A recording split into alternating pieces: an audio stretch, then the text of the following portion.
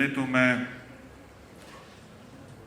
Students stands for farmer और जल जंगल ज़मीन से जुड़े दोस्तों को धन्यवाद देना चाहता हूँ कि आपने हमें यहाँ बुलाकर अपनी बात रखने का मौका दिया है। मुझसे पहले सिंगू बॉर्डर से ही हमारे साथ जुटे हुए साथी सुखविंदर कौर और हमारी छोटी निक्की दो गीत भी गाकर गई हैं और सुखविंदर कौर जी ने काफ़ी गहराई से अपनी बात रखी है। उनको धन्यवाद देता हूं कि एक ज़मीन तैयार कर दी है उन्होंने जिसमें मैं अपनी ये इमारत रख सकता हूं, इमारत खड़ी कर सकता हूं। तो एक बात मैं पहले यहाँ से उठाना चाहता हूँ कि ये आंदोलन कोई एक दिन में या जब से मोदी 3 कानून लेकर आए हैं और उसके बाद प्रस्तावित जो इलेक्ट्रिसिटी बिल है 2020 ये जो लाने की तैयारी है, ये आंदोलन इनसे ही शुरू नहीं हुआ है। इसकी पृष्ठभूमि, इसकी बैकग्राउंड पिछले 3 दशकों से पंजाब के किसान संगठनों के संघर्ष से बुना हुआ,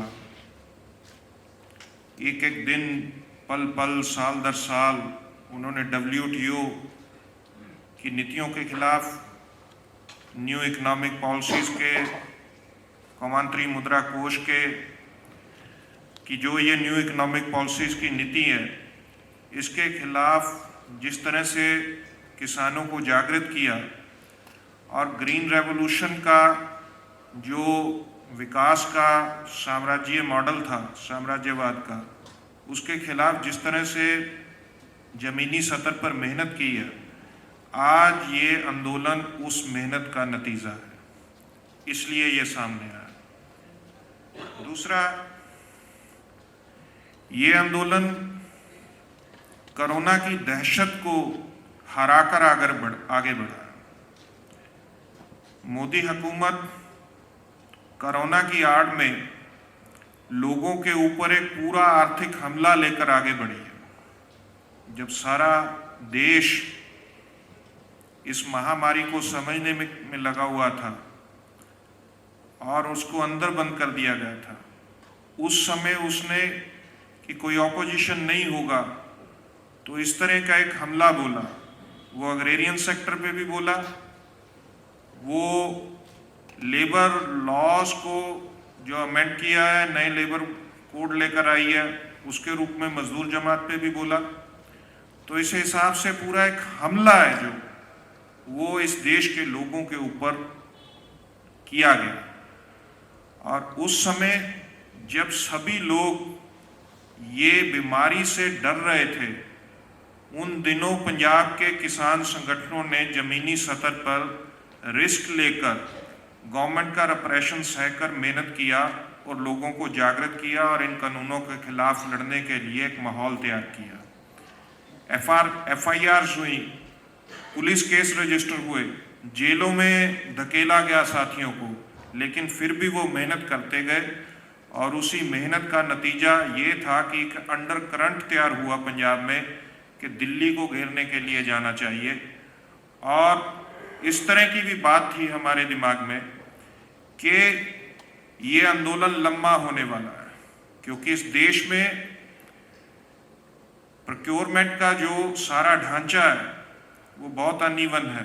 देश के एक लार्जर हिस्से को, जो शांता कुमार का रिपोर्ट है FCI को डिसबैंड करने के लिए, उसमें भी है कि बहुत कम हिस्से हैं, 6% पीजेंट हैं जिनको MSP का कोई लाभ मिलता है, एडवांटेज मिलता है। बाकी हिस्सों में MSP क्या है, बहुत बड़ा हिस्सा इस बात को जानता भी नहीं है कि न्यूनतम मूल्य का क्या आसरा है किसान को, कितना उसका एक असिस्टेंस है उसको, और वो अपनी जो कीमत है वो उससे भी कम बेचने के लिए मजबूर है और मजबूरी में अपनी फसल को बेचता है। वो ये जो अनइवननेस थी, इसके बावजूद जब पंजाब में ये मेहनत हुआ तो हमें ये बिल्कुल मालूम था कि ये मूवमेंट बड़ा लंबा खींचने वाला है, इसका ड्यूरेशन लंबा होगा, क्योंकि इस देश को उठाने का सवाल है और ये जागृति फैलाने का सवाल भी होगा। और कैसे इस देश में जब पीजेंट मूवमेंट वीक है, कैसे ऑल इंडिया सतह पर ये मूवमेंट खड़ा किया जाए, ये सवाल हमारे सामने दरपेश था। और पंजाब में एक बात हमारे लोगों के दिमाग में भी थी कि पहले कश्मीर था, अब पंजाब की बारी है, क्योंकि पंजाब एक हर्डल था कश्मीर के बाद जिसको मोदी फासिस्ट रजीम अपने दम से कुचलना चाहता था। इसलिए इस मूवमेंट को हम लोग कैसे आगे बढ़ा पाएंगे, ये सवाल पंजाब में उन दिनों में काफ़ी बहस में भी रहा। और उस बहस के दौरान ये बात निश्चित हुई कि हमें दिल्ली को घेरने के लिए जाना चाहिए और एक देखना चाहिए ट्राई करके कि अगर हम और सूबे के लोगों को भी और स्टेट्स के लोगों को भी अपने साथ मिला सकें और खड़ा कर सकें इस आंदोलन में। तो इस हिसाब से सोच तैयार हो रही थी। और उन दिनों जब ये सोच तैयार करने का काम हो रहा था तो पंजाब में इस आंदोलन ने रफ्तार पकड़ी। 25 सितंबर एक बहुत बड़ा बंद है जो पंजाब बंद हुआ, वो एक मैसिव बंद था। पूरा सूबा एक किस्म से स्टैंड स्टिल हो गया, जनजीवन अस्त व्यस्त हो गया। तो उसको AKSCC ने थोड़ा प्रमोट किया और कुछ और सूबों स्टेट्स में भी, कुछ और राज्यों में भी बात आगे बढ़नी शुरू हुई इन कानूनों के खिलाफ। तो उन्हीं दिनों 1 अक्टूबर से किसान संगठनों ने, क्योंकि सभी अलग अलग थे, पंजाब में 32 किसान संगठन, लगभग 34 किसान संगठन है इस समय जो इस संघर्ष में, 32 ज्वाइंट फ्रंट में है, 2 कोऑर्डिनेटेड स्ट्रगल के रूप में अपनी अलग बात चला रहे हैं। कभी वो एक्शन से कोऑर्डिनेट करते हैं, कभी नहीं करते हैं, तो वो अपना इंडिपेंडेंट भी रुख लेते हैं, BKU उग्राहा और किसान संघर्ष कमेटी के रूप में। 32 किसान संगठन, जिसमें से 10 AKSCC के साथ जुड़े हुए थे, 13 BKU का सेक्शन था, उनका एक अलग फ्रंट था, और 9 इंडिपेंडेंट अपने अपने ढंग से अपनी अपनी सरगर्मी करते थे। तो जब इन मुद्दों पे स्ट्रगल शुरू हुआ तो ये 32 में अलग अलग विचारधाराओं के लोग हैं। कोई रिच पीजेंट्री का ऑर्गेनाइजेशन है, उसको उसकी डिमांड्स को उठाता है, उसके ढंग से लड़ता है, उस नज़रिए से लड़ता है। कुछ पीजेंट ऑर्गेनाइजेशन ऐसी हैं जो सीमांत गरीब और मध्यम किसानों की बात करते हैं। लेकिन जब ये हमला था अग्रेरियन सेक्टर के ऊपर, तो सारे पंजाब की पीजेंट्री ने ये और सारी अग्रेरियन इकोनॉमी ने इसको महसूस किया कि ये हमारी एग्जिस्टेंस के ऊपर एक वार है जो किया गया इन कानूनों के हिसाब से। तो उन्होंने किसानों की तरफ से ये मांग आई कि जब मुद्दा एक है, लड़ाई एक कॉमन दुश्मन से है, तो क्यों नहीं आप इकट्ठा होते। तो इस भावना को जिन किसान संगठनों ने पकड़ा, उन्होंने इन 32 किसान संगठनों को इकट्ठा करने में एक महत्वपूर्ण भूमिका अदा की। और ये 32 का जब फ्रंट बना तो मैसिव पंजाब बंद के रूप में वो उजागर हुआ। लोगों का विश्वास बढ़ा, पूरा एग्रेरियन इकोनॉमी पे डिपेंडेंट जो सभी स्टेक होल्डर थे जो एग्रीकल्चर से जुड़े हुए हैं, उनको एक विश्वास हुआ कि एक ऐसा प्लेटफॉर्म हमारे पास आ चुका है जिससे हम फाइट दे सकते हैं और लड़ सकते हैं। क्योंकि जो traditional ruling class political parties थी, तो अकाली तो जिनका बेस पीजेंट्री में था, वो तो मोदी के गुणगान कर रहे थे तब तक कि ये बहुत अच्छे कानून आए हैं। तो पीजेंट्री अकाली का सोशल बेस खुरा और वो किसान ऑर्गेनाइजेशनों के पीछे हो तुरी कि ये अकाली दल तो लड़ेगा नहीं, इसलिए हमको अपने संगठन को आगे बढ़ाकर लड़ना होगा। तो एक मूवमेंट बनने का आधार शुरू हुआ और वो मूवमेंट देश की तरफ ध्यान, देश के दूसरे राज्यों के किसानों का ध्यान खींचने लगा और ये आगे बढ़ा। 1 अक्टूबर से, आप सोच रहे होंगे, पिछली 1 अक्टूबर से, लास्ट ईयर की 1 अक्टूबर से आज तक पंजाब के सभी टोल प्लाजा फ्री किए हुए हैं। एक पे भी कोई टोल का पर्ची नहीं लग रहा है। पीजेंट्स के धरने चल रहे हैं, सिंगू बॉर्डर पे भी बैठे हैं, टिकरी बॉर्डर पे भी बैठे हैं, अलग अलग जगहों पे बैठे हैं और पीछे सभी टोल प्लाजा पे पीजेंट्स बैठे हैं, किसान बैठे हैं और धरने चल रहे हैं। और किसी को भी 1 अक्टूबर के बाद 1 रुपए का भी जजिया टैक्स है जो टोल प्लाजे पे नहीं देना पड़ा है। और जो सुखविंदर जी ने बताया कि बहुत से मॉल हैं रिलायंस के जो शॉपिंग मॉल्स हैं जिसमें ये सामान वगैरह मिलता है, इनके सामने धरने चल रहे हैं और उनका काम रुका हुआ है, बंद हुआ पड़ा है। रिलायंस के जो अपने पेट्रोल पंप थे, 3 तरह के पेट्रोल पंप थे, एक डिस्ट्रीब्यूटर के थे, पहले वो भी घेरे हुए थे हमने, लेकिन जब छोटे ट्रेडर्स की, डिस्ट्रीब्यूटर्स की जो एसोसिएशन थी उसने बात की कि हम तो भाई आपकी तरह ही मार खा रहे हैं, तो वो खोले हम लोगों ने। लेकिन जो सीधे रिलायंस की मालकी के पेट्रोल पंप हैं वो आज तक बंद है, उनमें कारोबार नहीं हो रहा है। तो इस हिसाब से अक्टूबर से मोमेंटम पकड़ता हुआ ये आगे बढ़ना शुरू हुआ और हमारी ये कोशिश थी कि किसी तरह इसको देशव्यापी बनाया जाए और देश के दूसरे संगठनों से हमें सहयोग मिला और ये जो आज संयुक्त किसान मोर्चे के रूप में 500 से ऊपर ऑर्गेनाइजेशंस का जो एक मंच है ये होंद में आया और इससे दिल्ली चलो काल का आह्वान हुआ।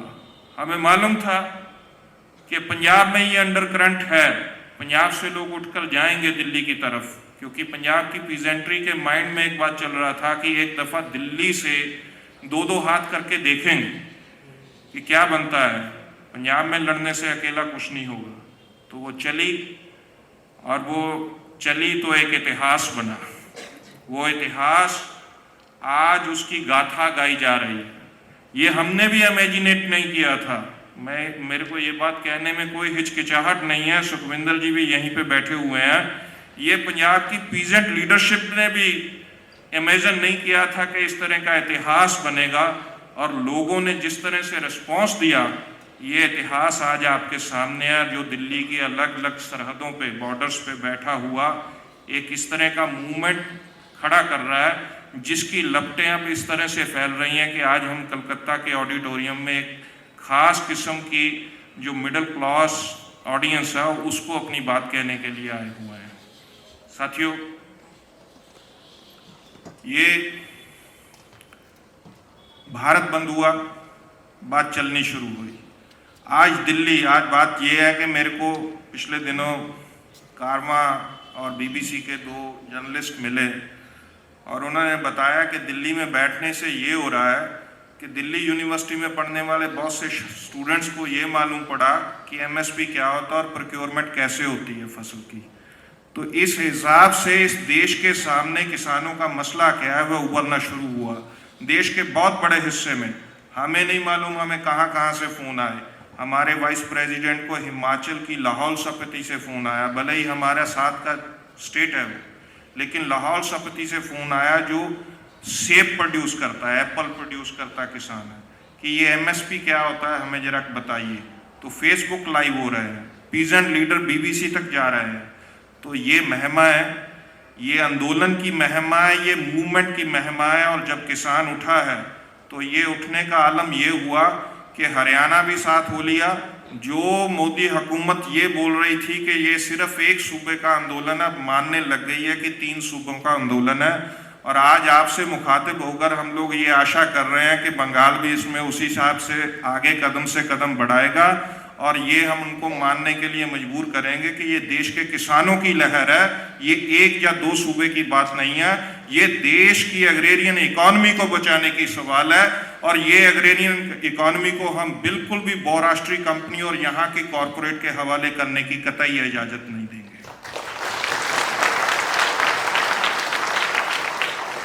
साथियों, इस हिसाब से ये मूवमेंट आगे बढ़ा है।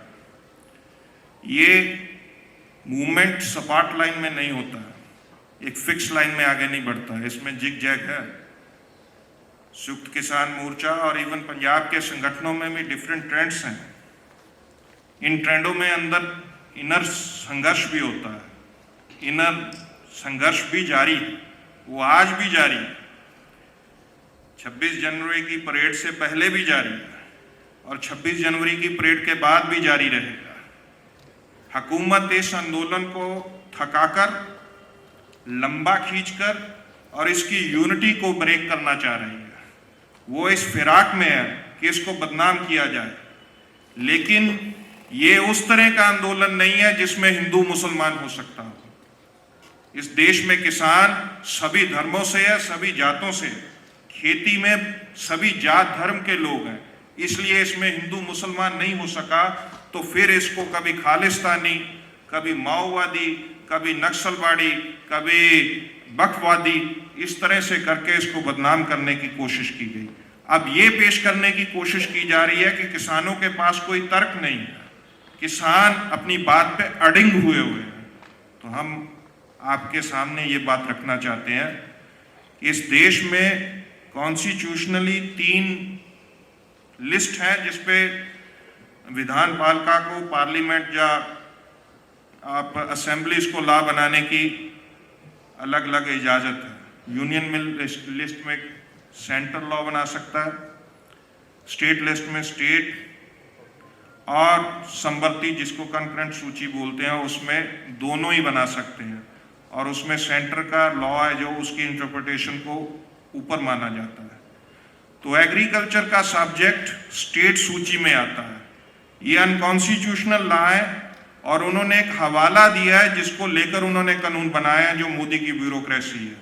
ये डिक्टेट तो WTO का है, ये डिक्टेट तो इंटरनेशनल मॉनेटरी फंड का है, लेकिन वो दलील क्या दे रहे हैं इस देश की खेती को कॉरपोरेट के हवाले करने के लिए कि हम लोग फूड स्टफ पे कानून बना सकते हैं। जबकि फूड स्टफ के ऊपर जो बहस हुआ है, आज जब इस देश में कॉन्स्टिट्यूशन लागू हुआ तो एग्रीकल्चर को स्टेट लिस्ट में डाला गया था कि ये स्टेट बनाएंगे इसके ऊपर कानून। 1954 में इस देश में सेंट्रल ने एग्रीकल्चर के सब्जेक्ट में के अपना लॉ बनाने के लिए एक छेड़खानी करने की कोशिश की। तब भी ये पार्लियामेंट में काफी डिबेट हुआ था इशू। एक ज्वाइंट पार्लियामेंट्री कमेटी बनी थी और 8-7 के बहुमत के साथ ये बात पास हुई थी कि आप फूड स्टफ पे कानून बना सकते हैं सेंट्रल। तो ये इशू अब ये है कि ये बोल रहे हैं कि हम लोग फूड स्टफ पे कानून बना सकते हैं, इसलिए ये कानून लेके आए हैं। लेकिन फार्मर फूड ग्रेन पैदा करता है, फूड स्टफ नहीं पैदा करता। हम लोग सूरजमुखी उगाते हैं, हम लोग सरसों उगाते हैं, सरसों का तेल नहीं पैदा करते। हम लोग राइस नहीं पैदा करते, हम लोग पैडी पैदा करते हैं। राइस फ्लोर मिल में प्रोसेस होने के बाद राइस बनता है। राइस फूड स्टफ है, पैडी फूड स्टफ नहीं है, वो फूड ग्रेन है। हम लोग वीट उगाते हैं जिसको आटा बोलते हैं, वो आटा चक्की में पिसने के बाद वो बनती है कनक। तो आटा फूड स्टफ है, फूड ग्रेन। इसलिए हमारा तर्क ये था उनके पास कि आपने अनकॉन्स्टिट्यूशनल कानून बनाकर हमारे ऊपर थोपे हैं। ये देश में जिस तरह का भी ये फेडरल स्ट्रक्चर है उसके ऊपर भी हमला है, ये अनकॉन्स्टिट्यूशनल है और आप स्टेट्स की पावर के ऊपर अटैक कर रहे हैं। और यही मोदी हुकूमत का फाशिस्ट रजीम पिछले 7 सालों से कर रहा है। वो इस देश को सेंट्रलाइजेशन लगातार तकड़ा कर रहा है। एक नेता, एक मंडी, एक धर्म, इस सिद्धांत पे वो काम कर रहा है। GST भी इसी नेचर से